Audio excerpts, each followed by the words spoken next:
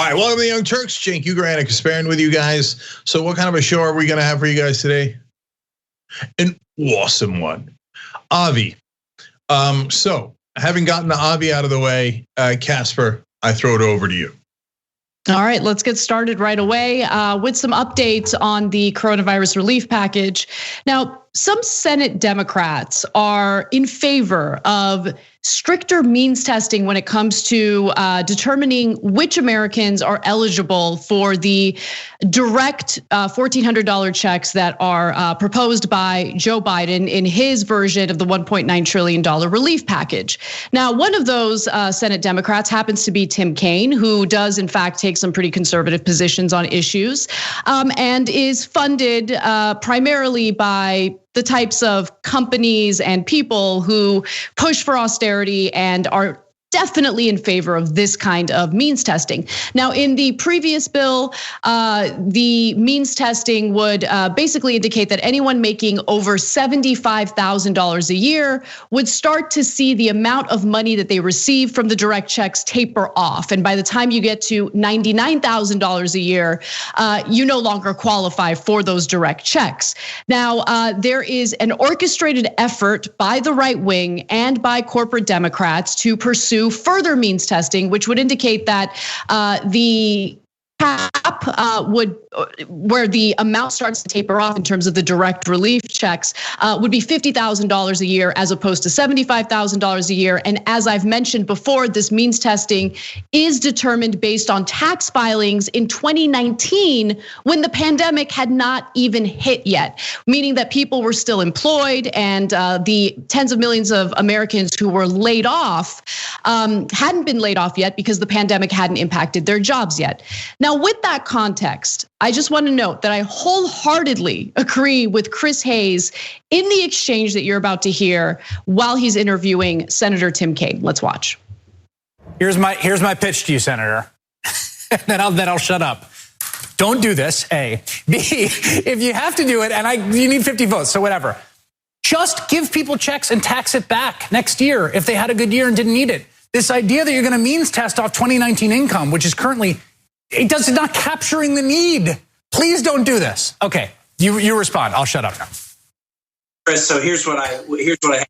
So I absolutely agree with the White House. We shouldn't shrink the check amount. If we target the check a little bit more in terms of the means, but we take the money we save and we put it into more vaccines or more unemployment insurance or more housing aid or more SNAP benefits, we can meet the needs. Again, the logic here of means testing gets complicated and people their income in 2019 isn't relevant.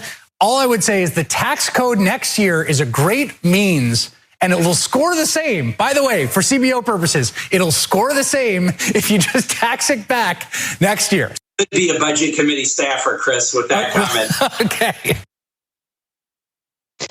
So I certainly do not in any way respect the framing that I've heard from Senator Tim Kaine on this issue. He's essentially giving people an ultimatum, meaning that if we use the same means testing that was originally used, which by the way, I'm against that means testing as well then maybe we're not gonna have money for vaccine distribution. And no, how about we want the whole enchilada and more, and don't buy into that framing of, no, well, we got a nickel and dime, we're gonna have to cut off the relief checks unless we're willing to, cut spending on vaccine distribution during this pandemic. I'm sorry, I'm not buying that. Cenk, I'm curious what you think.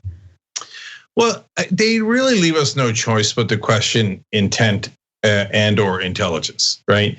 And so I know they hate it when I say that, and I don't want to say it. It's not a nice thing to say, but if you really wanted 1,400. Right. Put aside the fact that they said 2,000 and there was some confusion about whether they meant 2,000 more or 2,000 in total. Put that aside for now. And then you really wanted the 1,400 to finish the 2,000.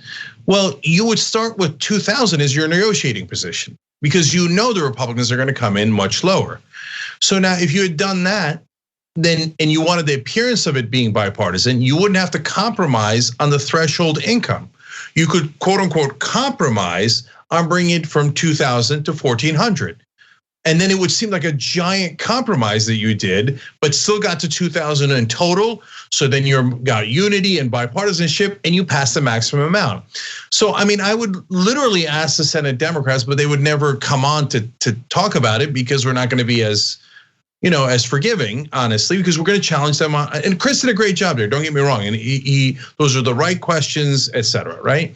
But there is no answer to that. They either have to say, well, we just don't know how to negotiate and we blew it, right? Or we didn't really want there to be a cutoff of $75,000 in income. We didn't want to give that much. We wanted to give less. And so this was a good way of giving less. That way we just say the Republicans made us do it, when in reality it was our donors who made us do it, because we don't need a single Republican vote. That's the brutal truth. And that's why the Young Turks is hated by the establishment, because we tell you things that are really simple and obvious and true. So, and we like to provide receipts, right? Because it's important to provide the data and evidence for why we have the analysis that we do. So first, incredibly important point is that the data that the means testing would be reliant on is not accurate, meaning that it does not actually apply to this crisis and the situation that people are experiencing, because the data is from 2019 when people hadn't lost jobs as a result of the pandemic yet. And so I apologize if you watch the show regularly and I sound repetitive, but for anyone who's new, it's important for you to know this. So the Daily Poster, based on US Census data, did a great job in pointing out that 45% of households earning between $50,000 and $150,000 have experienced a loss of employment income since March of 2020, including 48% of households earning between $50,000 and $75,000. So clearly the tax filings from 2019 do not properly reveal the extent of the pain that Americans are suffering right now as a result of that pandemic. It's also important to know what motivates these lawmakers in pursuing austerity and certain strict, means testing measures when it comes to government aid. And the US Chamber of Commerce has a lot to do with this. So the Daily Poster also reported about the money in politics involved in what's going on right now. The US Chamber of Commerce, which spent $82 million lobbying in Washington last year, sent a letter to the White House and Congress urging them to consider, quote, targeting any additional stimulus checks based on income, loss of employment, or similar criteria. And an excerpt from their letter stated this: while the pandemic-induced recession has created near unprecedented levels of hardship, the impact has not been universal, the chamber wrote. The Census Bureau Pulse survey indicates that while a majority of households with less than $50,000 in income have experienced a loss of employment income, a majority of households with more than $50,000 in income, including those between $50,000 and $150,000, have not experienced any loss in earned income. I just gave you guys the data. I gave you the accurate data from the US Census, and the US Chamber of Commerce intentionally lied in their letter about the reality of people in this income bracket losing their employment. By the way, this is also driven by a ridiculous study that was done. We talked about this study by Opportunity Insights, and it's important to know who funds these types of think tanks. And so the Campaign to Limit Survival Check Eligibility was recently boosted by a study by economists at Opportunity Insights, a Harvard University think tank bankrolled by the family foundations of billionaires Mark Zuckerberg, Bloomberg, and Bill Gates. And then if you look at some of the funding for Senator Kaine in the 2020 cycle, oh, would you look at that? One of his top donors is actually Bloomberg with $72,975. This is from opensecrets.org. You should check it out for yourselves. So Cenk, if you're questioning whether this is intentional or stupid, I would argue it's certainly intentional and stupid, but not uninformed. Right. So I think probably if Tim Kaine's watching this, which he most certainly isn't, he'll be very angry and say, should be. Oh, my 15th largest donor isn't going to affect me. And besides which, I'm superhuman. I'm not affected by any of my donors or the millions upon millions of dollars that they give me.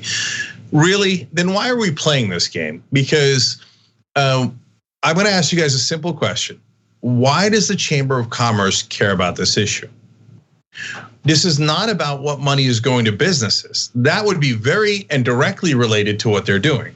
Instead, they're weighing in on how much individuals and families should get, and they're arguing that you should get less. Why do you think that they do that?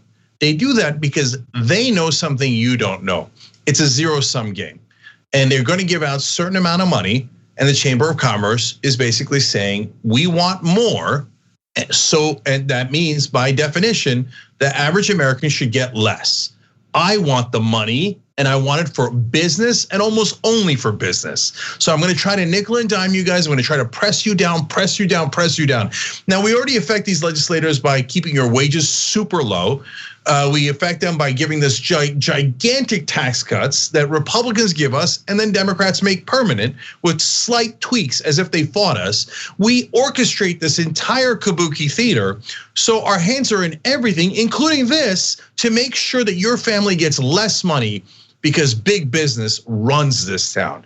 If Tim Kaine or anyone else in Washington claims something to the contrary, they're being absurd. And every poll will show you that regular Americans don't believe them for a second. They think that all the millions of dollars that they get from business interests like the Chamber of Commerce definitively affects their votes. And this is yet another instance of it. So finally, think about the sleight of hand that they're doing here. And that's why I'm giving Chris a lot of credit here, because he's at least partly exposing it. So they say, oh, don't worry, we delivered on our promise of $2,000 checks. Now, the reality is though, but not for most of you. Because if nothing, like, think about it logically. If they said, all right, we're gonna get you $2,000 checks, and then after the election, they're like, we did it. We got $2,000 checks for everyone making under $10,000 a year. You'd be like, wait a minute, no, that wasn't the promise. That's a tiny amount of people. No, you said you'd get it to everyone who needed it, which 75,000 and under makes sense. That's what you had said before the election. $10,000 a year, that means you're not giving it to anybody. Well, the same is true of the new cap of 50,000. And by the way, again, it's not 50,000. At 50,000, you get nothing. And they start lowering it at 40,000. Okay, so if you cut out everybody from 50,000 to 75,000, even if we're being generous to them, you've cut out tens of millions of Americans who thought they were going to get a check, and now you're going to get nothing.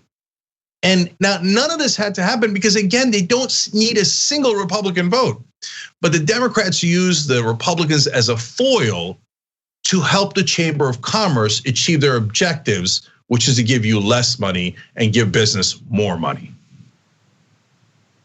So that's where some Senate Democrats stand on the issue. There should not be any means testing. And if a family was doing well during the pandemic, as was mentioned by Chris Hayes, then you tax them later. But delaying money in people's hands during this crisis makes absolutely no sense. So again, I agree with everything you said, Cenk. I think this is intentionally done, and it's by donors, no question. Well, let's talk a little bit about something that Biden care a lot about, and that's the topic of unity. Because the truth of the matter is there is a lot of unity in the country. It's just that he's not tapping into certain unity that his donors might not be in favor of. So let's talk about it. A new Quinnipiac poll indicates that 64% of Republican voters support Joe Biden's proposed stimulus checks, really survival checks, of $1,400. Now, this is important because despite what Republican lawmakers want, what's really important here is that this is a point of unity among American voters, and that's where the focus should be. So the stimulus, of course, is desperately needed. And what we're unfortunately hearing from the Biden administration is a willingness to concede to the Republican Party on strict means testing in order to lower the number of Americans who are eligible for direct survival checks. So let me note that 10 GOP lawmakers did meet with Biden this week to propose a scaled back bill that would cost $618 billion, roughly 1/3 the size of Biden's, and lower the direct payments from $1,400 to $1,000. The Republicans' proposed package would also lower the income threshold. This is the means testing I was talking about for payment eligibility, meaning that fewer Americans would be able to receive the benefit. So Biden luckily said that he will not lower the amount of money that will be offered to people through these survival checks. However, he is willing to consider stricter means testing. And that was something that Jen Psaki, the White House press secretary, also seemed to indicate during a recent press briefing. Let's take a quick look at that. Earlier today on the call with House Democrats, the president talked about better targeting the stimulus checks. I'm wondering if you could just explain what he meant by that and what might be under consideration. Sure. Well, as we've said in here a few times, but I know this is an ongoing process. You know, the president, having served in the Senate for 36 years, fully recognizes that the bill he proposed, that he did a primetime address on 2 weeks ago, that may not look exactly like the bill that comes out, and he knows that. That's part of the legislative process. So further targeting means not the size of the check; it means the income level of people who receive the check, and that's something that has been under discussion. There has been a conclusion, but certainly he's open to having that discussion. No, don't be open to having that discussion. Pass it through reconciliation. It's popular. There's unity in the country in terms of voters being in favor of the $1,400 direct check. 64% of Republicans are in favor of it. Stop trying to unify with trashy Republican politicians who don't care about helping people out. Do this through reconciliation. Stop negotiating. Let's move on with our lives. Cenk. So a couple of things here too. First of all, there's no question at all what is actually bipartisan. We have the poll, 2/3 of Republican voters want the higher checks. No question. Over 90% of Democrats want it. Over 80% of the country wants it. No question. Do we live in a democracy or don't we? Because it's not like, hey, it's 52-48 and maybe the poll's a little off and is it in the margin of error? It's 80% of the country that says we definitely want it.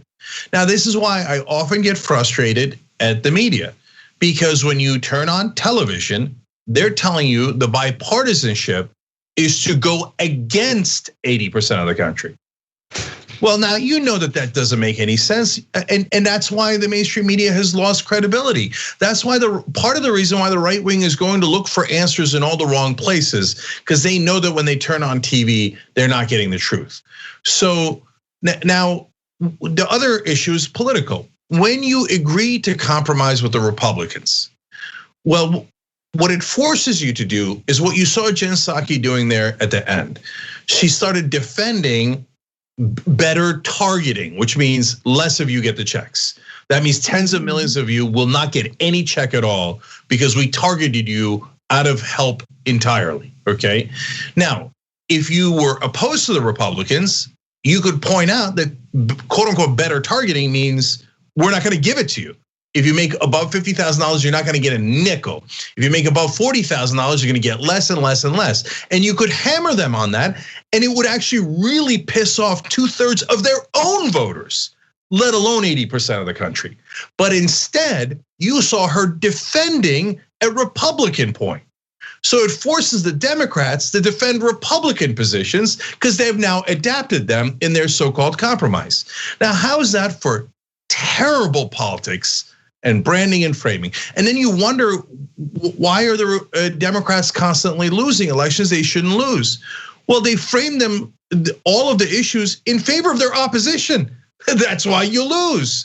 And so when they ran an election in Georgia where they said, we're going to get you $2,000 checks unequivocally, they won in Georgia, both seats. The minute they win, they turn around and help their Republican friends, and immediately they start losing popularity. And guys, one last thing on framing and why it's so important. When they ask the question in this particular poll, but it's true in all the polls, hey guys, do you want this size of the check? Everybody says yes, right? In the numbers that we gave you. When they ask, are you in favor of Biden's plan, which is the same exact thing, right? This size of check, et cetera. More Democrats say yes. It goes from like 90 to 97, but that's not much of a difference. But for Republicans, it goes from 64% saying yes to 37% saying yes. So it drops in half. It drops off a cliff. Still 37% go, I don't care that it's Biden's. I could do math. That's a higher number. I want that, right?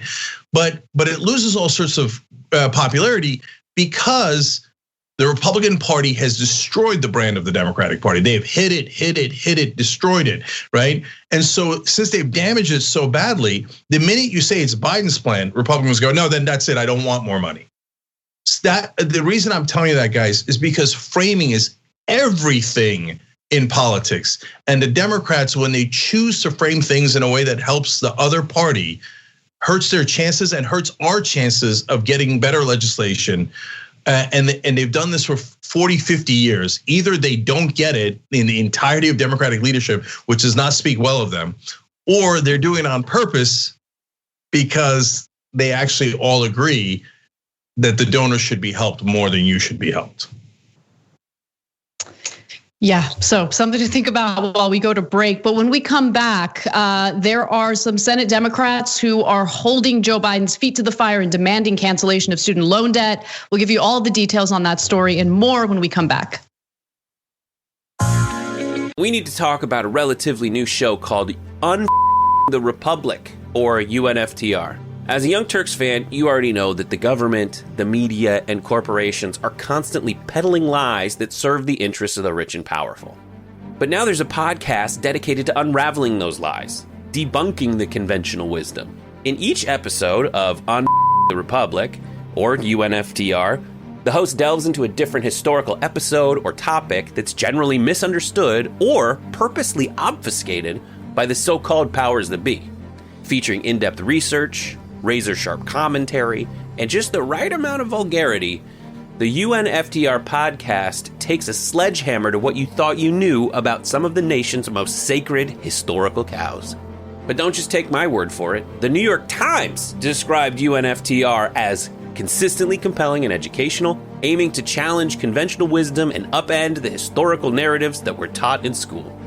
For as the great philosopher Yoda once put it, you must unlearn what you have learned. And that's true whether you're in Jedi training or you're uprooting and exposing all the propaganda and disinformation you've been fed over the course of your lifetime. So search for UNFTR in your podcast app today and get ready to get informed, angered, and entertained all at the same time.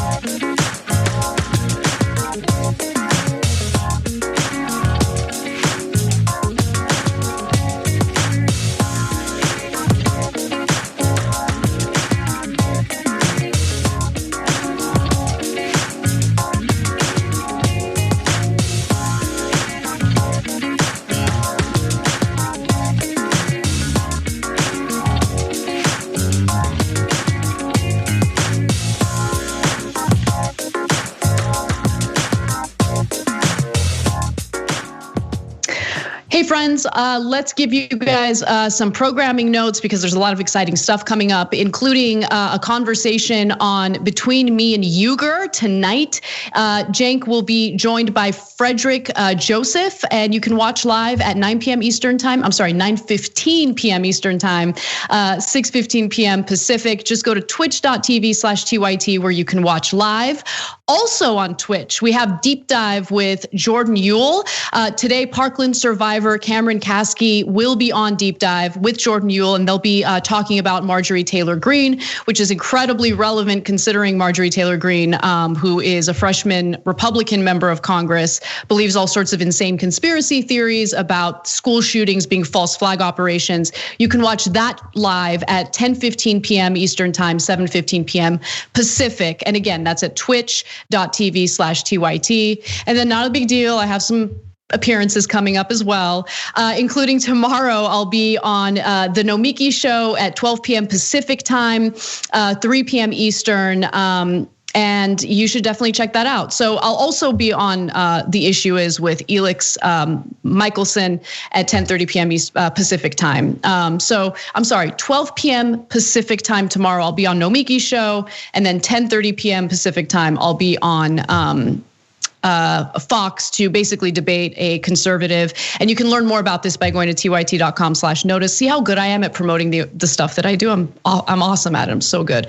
Anyway, let me move on to some comments, starting with our members section. Opinionated writes in and says, I'm back after undergoing throat surgery for cancer. Apparently, according to my doctor, my body is now completely cancer-free. Congratulations. That's really, really good news. I'm really happy to hear that. Thank you for giving us that update. Will you shut this clown up? And says, well, wife and I made well over $120,000 in 2019 and spent 9 months of 2020 fighting to get unemployment after I was laid off. Means testing will be one more hurtful hit to my family that is trying desperately just to get back to the black after I finally got back to work.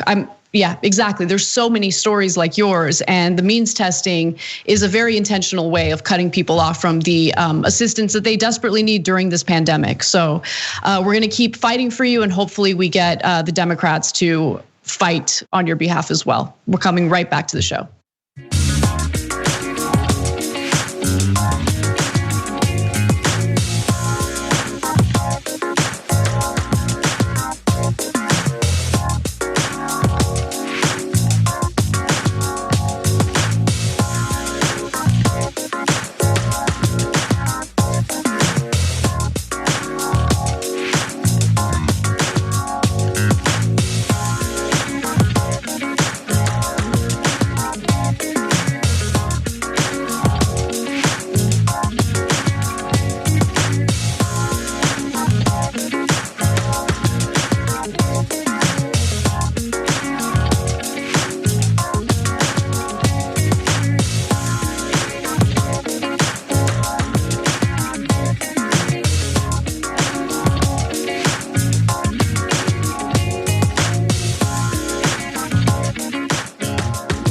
Back on the Young Turks, Cenk and Anna with you guys. Tons of stories to get to, so let's do it. Casper. All right, well, a topic that I care a lot about, and that's student loan debt. We have some good news, but we'll see where it takes us. So Senate Democrats, Chuck Schumer and Elizabeth Warren, are fighting pretty aggressively to get Joe Biden to cancel up to $50,000 of federal student loan debt through executive action. Now, the education secretary can do that. The executive branch can actually cancel all of your federal student loan debt. So what we're hearing from Biden, what we previously heard from Biden, is not so great. But let me give you the details of what Schumer and Warren are calling for. The resolution calls on the president to use executive action for student loan cancellation in the wake of the coronavirus pandemic. The resolution is similar to the resolution that Schumer and Warren introduced back in September. Since then, though, Schumer has clarified only student loan borrowers with federal student loans who earn less than $125,000 would be eligible. So their proposal does not call for a cancellation of all student loan debt, and it also is a means-tested program, or at least what they're proposing that Biden does is pass an executive order that is in fact means tested. There are approximately 45 million borrowers who collectively owe $1.7 trillion. Of that total, approximately 44 million borrowers collectively owe $1.5 trillion of federal student loan debt. And approximately 9 million borrowers are currently defaulting on their student loans. So this is a serious problem. And I would honestly demand that Joe Biden cancel all federal student loan debt, not $50,000, not $10,000, which he had floated before. And my argument is that part of the reason why student loan debt is astronomical, and part of the reason why, not part of the reason, the main reason why students are unable to discharge that student loan debt through bankruptcy is because of bankruptcy legislation that Joe Biden championed and passed when he was in Congress. In fact, back in 2015, David Sirota talked about this in great detail during an interview on Democracy Now! Let's quickly watch that video and I'll give you more. There was a series of other bills through the 1980s and into the 1990s in which Joe Biden worked on the same set of issues, lengthening the amount of time students would have to wait to be able to access bankruptcy protections for educational debt. And then, as you noted, into the late 1990s and the 2000s, there was this push by Biden. He was a key Democrat pushing the bankruptcy bill that was ultimately signed by President George W. Bush that eliminated the ability of most Americans to seek bankruptcy protections, not only for their government loans, but also for their private student loans. So that was a big objective of the private lenders. At the time, over his career, Joe Biden has raised about $2 million from the financial sector while he's been sculpting these bills. And again, he played the key role throughout the last 3 decades in the Democratic Party, really in Congress, pushing these bills. Okay, so that's why David Sirota's hated by the establishment, because again, he brings receipts. And once again, mainstream media has no answer for this. Did Joe Biden actually put the albatross around our neck on uncancelable student debt? Yes, definitely. There's no question about it. Any of you can look it up. It is not in dispute, right? But nonetheless, when it was brought up in the primaries, by people like David Sirota and us, the mainstream media was scandalized. How dare you tell people the truth about his voting record? Okay, that's cool. Just prove us wrong. I'm okay. Like, just maybe we got it wrong. So tell us, hey, he didn't actually vote for that, or he didn't sponsor it or anything. I'm ready. No, he did. We just don't want you to say it. Okay, so now that winds up having an effect when he's president, because now Schumer and Warren are saying $50,000 and Biden's saying $10,000 already. A giant difference. Second of all, that doesn't even matter half as much as Schumer and Warren are saying, do it through executive action and we'll have it tomorrow, right? And Biden is saying, no, I want it to be passed through Congress. That's a curious thing to say. If you're the person who has the power to do executive orders, why would you voluntarily give up that power? Trump tried to do executive orders for things he didn't even have a power to do, right? And everything he had a power to do, he did through executive order. And he didn't care 1%, and neither did Mitch McConnell, and honestly, neither did many people in the media. They might have cared about his tweets, etc. But as he's, passing one brutal thing after another through executive order, they're like, well, it is what it is. Let's go back to the tweets, right? And so now Biden goes unilateral disarmament. Now look, we're fair. He did some executive orders in the beginning that we liked, and we gave them credit for it. But there's no reason why you can't. In fact, the language, the legislative language is super clear. It says there's no question that you could cancel the debt.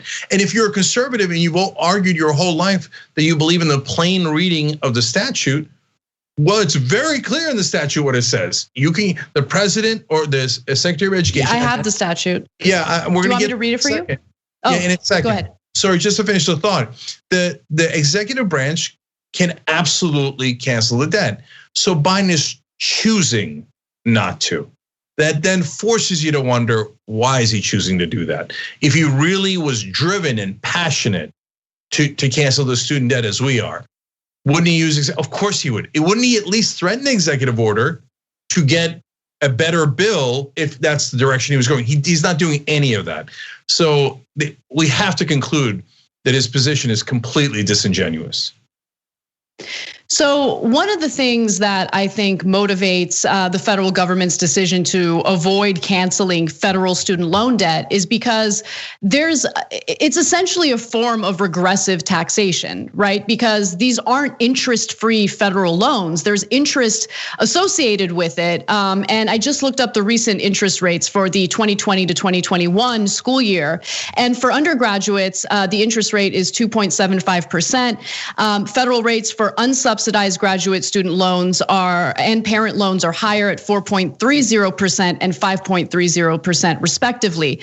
When you consider the fact that the bulk of outstanding student loan debt, I mean, to the tune of $1.5 trillion is federal student loans, and you consider the amount of money the federal government brings in through the interest rates attached to those loans, well, I mean, they don't want to tax the rich, but they certainly want to bring in some revenue through charging interest to these students who had no choice because education is so astronomical in this country that they had to take out these loans just to get an education, just to get a college education.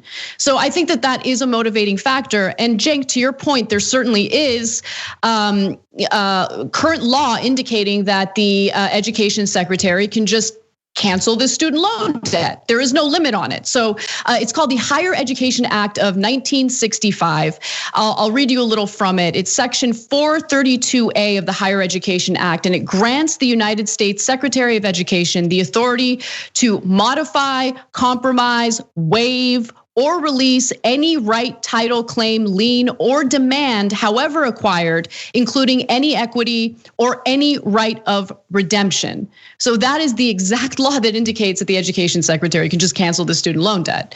But they wouldn't be able to collect those, that interest if they did that. Yeah, and the Biden administration right now is aggressively arguing against the plain reading of that statute. They're telling the press. At TYT, we frequently talk about all the ways that big tech companies are taking control of our online lives, constantly monitoring us and storing and selling our data. But that doesn't mean we have to let them. It's possible to stay anonymous online and hide your data from the prying eyes of big tech. And one of the best ways is with ExpressVPN. ExpressVPN hides your IP address, making your active ID more difficult to trace and sell to advertisers. ExpressVPN also encrypts 100% of your network data to protect you from eavesdroppers and cyber criminals. And it's also easy to install. A single mouse click protects all your devices. But listen, guys, this is important. ExpressVPN is rated #1 by CNET and Wired magazine. So take back control of your life online and secure your data with a top VPN solution available, ExpressVPN. And if you go to expressvpn.com/TYT, you can get 3 extra months for free with this exclusive link just for TYT fans. That's expressvpn.com/TYT. Check it out today. You don't think that statute applies. Why? First of all, you're not accurate. That's not true. We just read you the statute. But second of all, why are you helping the Republicans make their case against you? Guys, you've got to, if you're just a normal independent person that it does not live in the area of Washington, D.C., you've got to be thinking, why would the Democratic president make the case against his own proposal and help the other party? I wonder if there's some other game afoot here. And of course, the right-wing populists give you, oh yeah, it's Soros and space lasers no, it's the donors. It's super easy.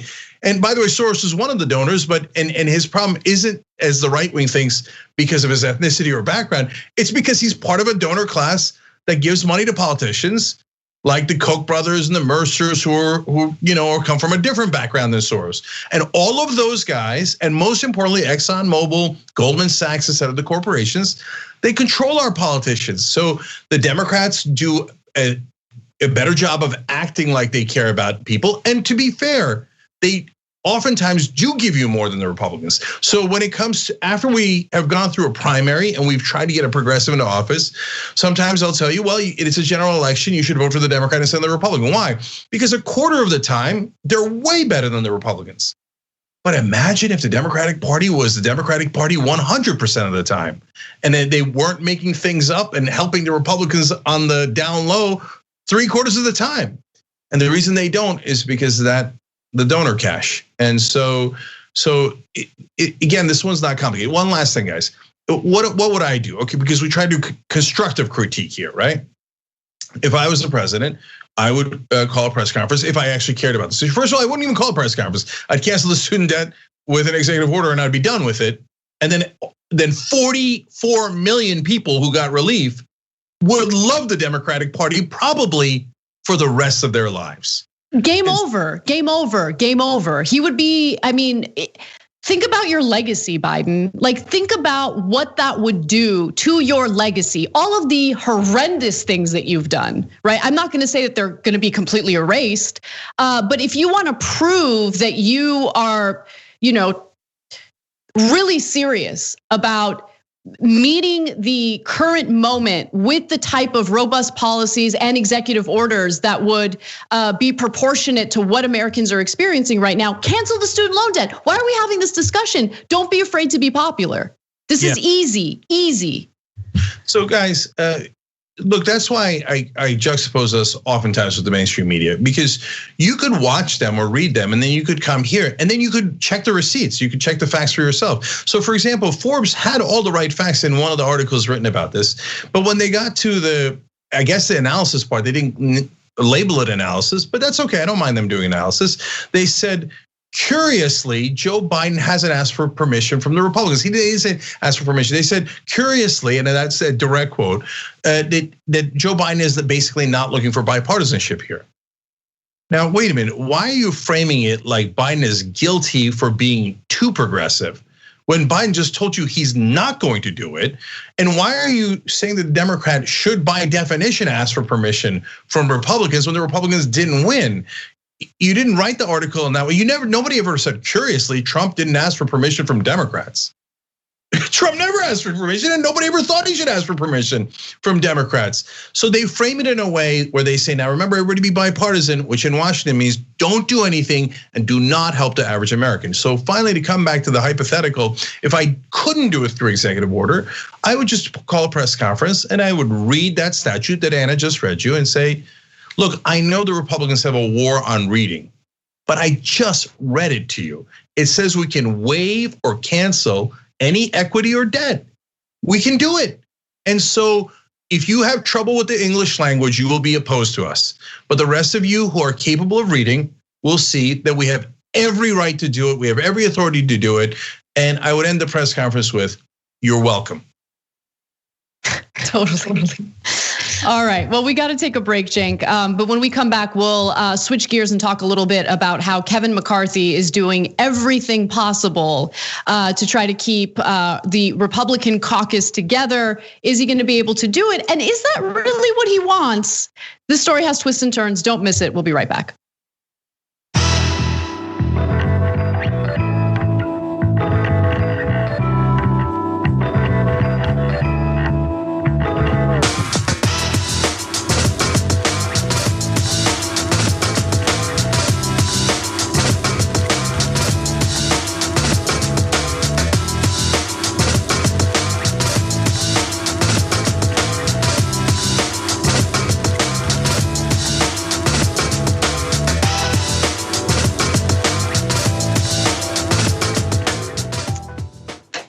So we're getting a lot of feedback, not even feedback, just people who are sharing their personal stories regarding how this means testing tied to the coronavirus relief package will negatively impact them or their family members and friends. And so we did provide, a broader look using data from the US Census, but even this anecdotal evidence is important to share with you guys. So thank you to those of you in our member section and our super chat for doing that. TYT Wolfpack Justice Dem in the super chat section says, my best friend earned $50,123 in 2019. He's now unemployed. He's not alone. Izzy Sanchez in the super chat section says, how are these survival checks still being debated? Just approve it and send them out already. Sheesh, we're in a pandemic. We need help. I mean, I obviously agree with you. And when you compare us to other countries that have not given out, UBI once or twice during this pandemic, but literally every single month, it gives you a sense of how broken and disgusting our system really is. R. Stone writes in and says, we can whisper of a dream of means-tested corporate tax loopholes. Give me a break. Yeah, I know. When it comes, by the way, a story that we might get to today, in the CARES Act, Republicans snuck in a giant tax cut for the wealthy. Essentially, Trump had closed few business tax loopholes, right? Deduction loopholes and things like that. And what they did in the CARES Act, the Republicans, they snuck in a provision that would reverse those deduction bans. And so Democrats are fighting to get rid of it. We'll see where that lands them, but it's pathetic. Okay, moving on to, I just lost the document. Hold on, pulling it up again. All right, let's thank our YouTube members, David McClintock, Ken Argan, Ryan Guy, and Rye Guy. Thank you so much for being members. We really appreciate you. Thank you for supporting the show. And I'll move back over to our members section since we have a little more time. Jim writes in and says, I can't wait for MSNBC Joe Biden apologist tour where he tells us that he can't do anything because, Republicans, and now he has to focus on foreign affairs, which, by the way, there is a little piece of good, not a little, if it really happens, good news regarding Yemen. Biden has decided to pull US involvement in Yemen, which is something that had bipartisan support under the Trump administration, but he vetoed that bill. So this is great news, and I don't like to celebrate too early. Let's wait and see that he actually does that. But if he does, that's fantastic news regarding foreign policy. All right, guys. Cortina writes in and says, Dems are working so hard to lose the midterms. They're pros at losing their power, especially when it comes to economic issues. Shadows writes in and says they don't want to give the checks out now and tax people later because they know how they dodge paying any taxes and assume these people will do the same. Projection, I'm sure. Shadows, I love that comment. Thank you for sending us that. For now, we got to get back to the show. Let's do it.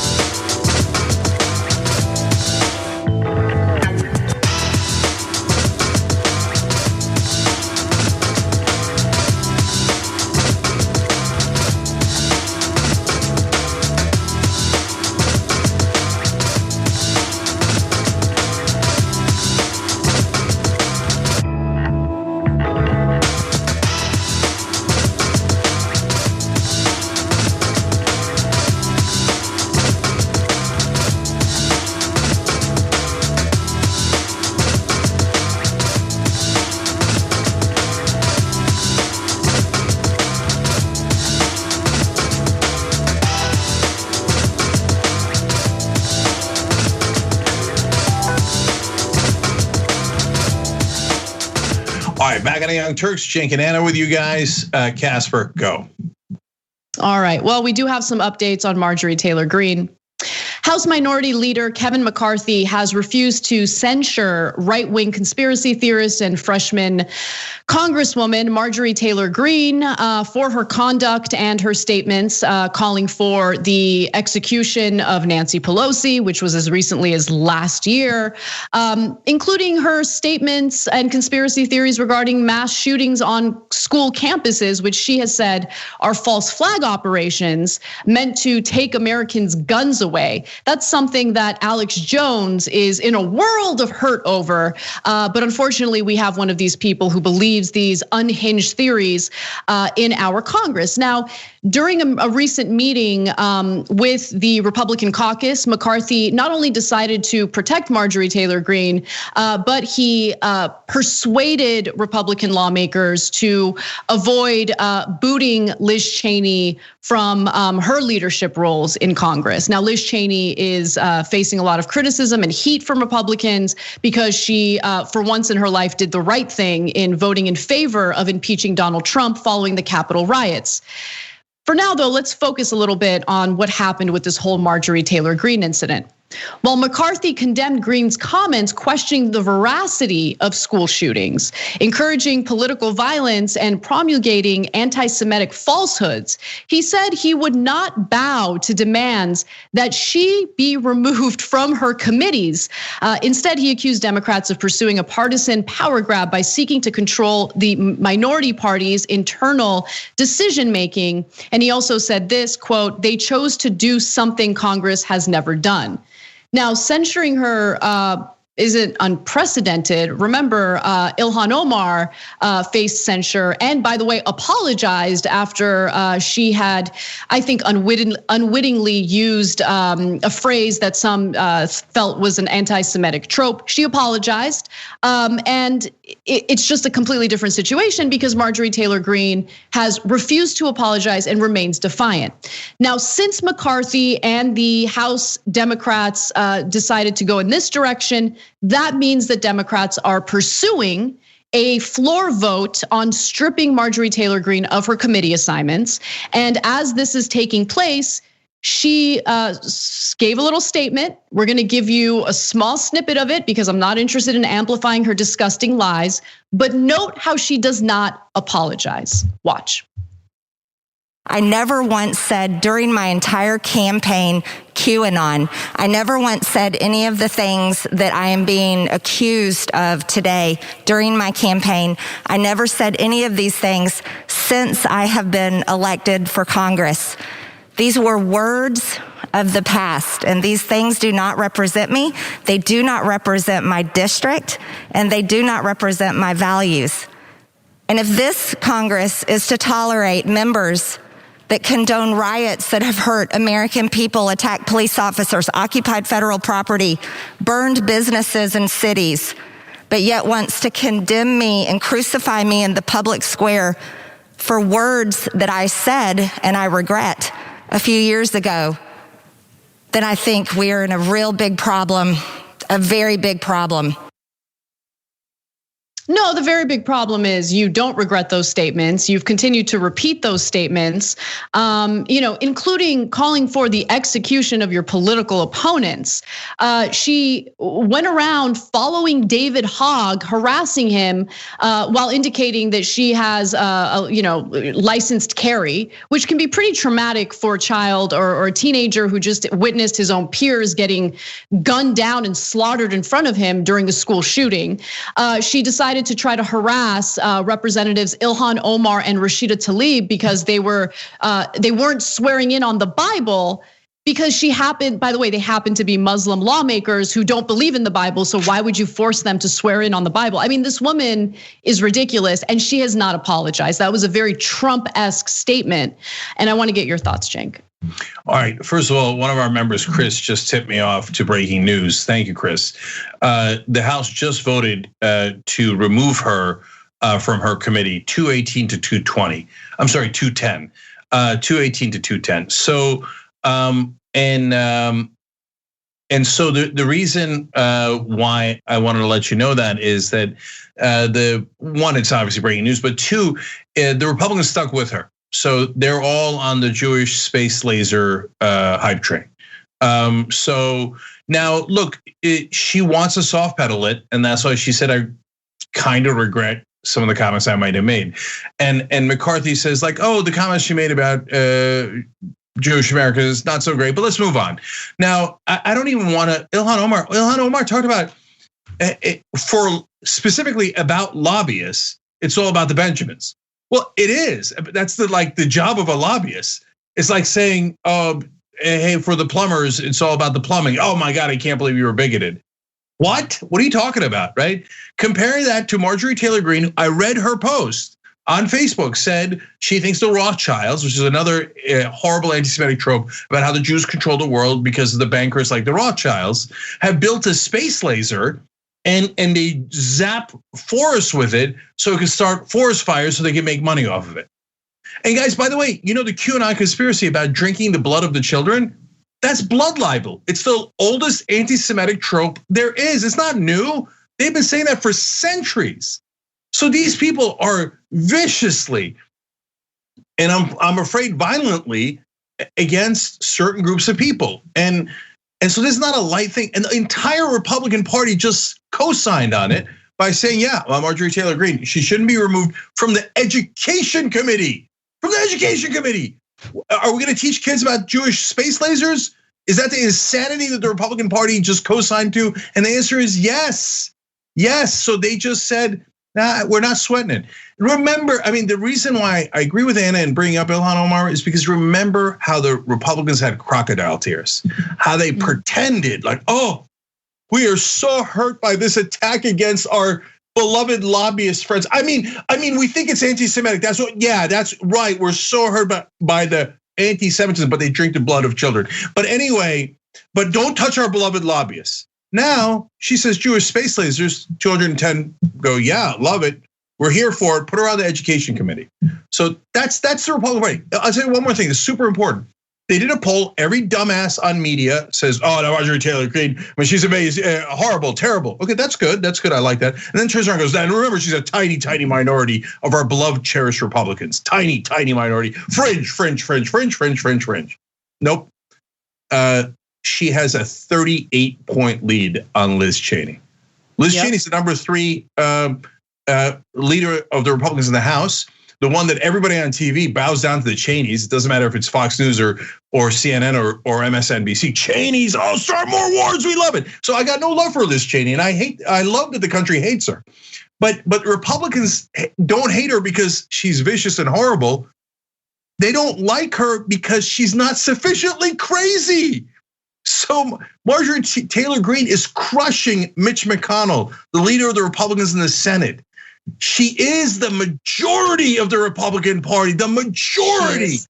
And so then they asked about the issues just to make sure, because, and I like that they did that, because maybe sometimes people heard, oh, Trump likes Marjorie Taylor Greene, but Mitch McConnell wouldn't steal the election for Trump, et cetera. So you remove that and you ask just about the issues. So in essence, the radical ideas that Marjorie Taylor Greene has, favored by 3-1 among the Republican voters, 3-1. As opposed to the establishment Republican positions. So we keep telling you, the one thing we're willing to tell you that no one on television will. The core of the problem is the Republican voter. They've lost their minds, and it's Marjorie Taylor Greene is not the bug, she's the feature.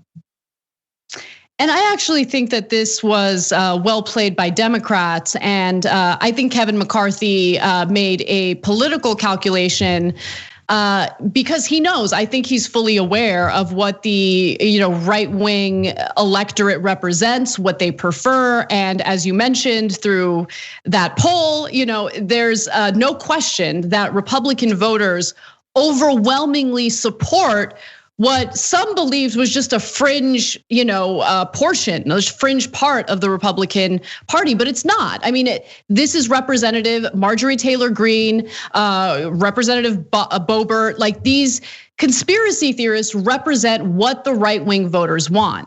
And so I was wondering, like, why would Kevin McCarthy want to, if he just censured Marjorie Taylor Greene, stripped her of her committee roles on his own, then you don't put Republican lawmakers in the hot seat where they need to literally vote either to strip her of her committee assignments or not. And then I realized they don't care. I mean, they're not worried about voting in favor of her. They know that that's what their constituents want. But I do think this is well played by Democrats because really, at this point, I mean, the country is definitely polarized, but I think Democrats are certainly going to use this as part of their campaigning because, God forbid, they ever actually focus on economic issues that impact people's lives. They got to focus on the culture wars and cultural issues instead. So they're going to use this for their campaigning in order to appeal to, some of the independent voters that are going to be turned off by the Lauren Boeberts and Marjorie Taylor Greenes of the world. So I want to do a small but important correction.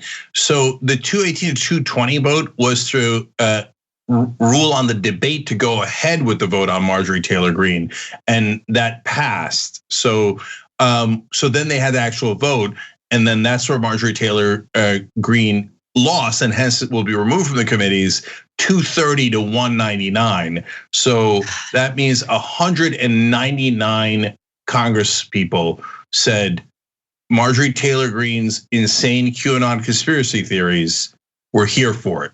Can't wait. Mm-hmm.